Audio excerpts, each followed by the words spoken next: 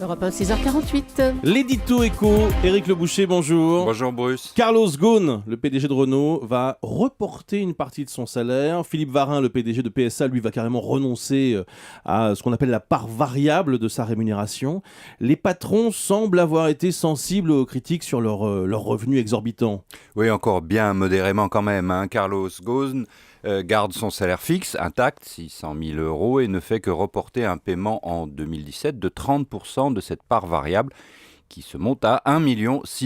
Par ailleurs, il touche beaucoup et beaucoup plus, parce qu'on parle de 10 millions d'euros, sur son autre casquette, celle de PDG de Nissan. C'est donc un geste très très relatif. Philippe Varin renonce, lui, en 2012 comme en 2011, à 1,5 million de part variable et garde un fixe sans doute équivalent, 1,6 million. Il coupe donc son salaire en deux. D'autres patrons ont renoncé à leur stock option, comme Henri Decastre d'AXA ou Jean-Paul Agon de L'Oréal, mais les salaires du CAC 40 restent sans commune mesure avec ceux des patrons de PME. Alors justement, le syndicat CGPME vient de publier une étude sur le salaire moyen des patrons de petites et moyennes entreprises. Qui s'élève seulement à 5 400 euros net par mois. Ce chiffre quand même donne un autre éclairage sur la réalité économique de la France. Être patron, ce n'est pas s'enrichir. Le CAC est une exception. Un petit patron gagne petit. En fait, le revenu d'un patron dépend de la taille de son entreprise. Et le salaire monte vite avec cette taille. Moins de 20 salariés, le PDG touche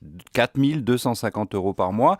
Ce montant double, 8 900 euros, dès que l'entreprise atteint 50 salariés. Évidemment, un dirigeant d'une boîte de 100 000 salariés atteint des sommets. Et ça change avec les secteurs. La finance continue de payer plus, tandis que dans la construction, le patron tombe à 3 300 euros, juste 2,5 fois le SMIC. C'est dire les difficultés extrêmes des entreprises hors CAC 40 en France.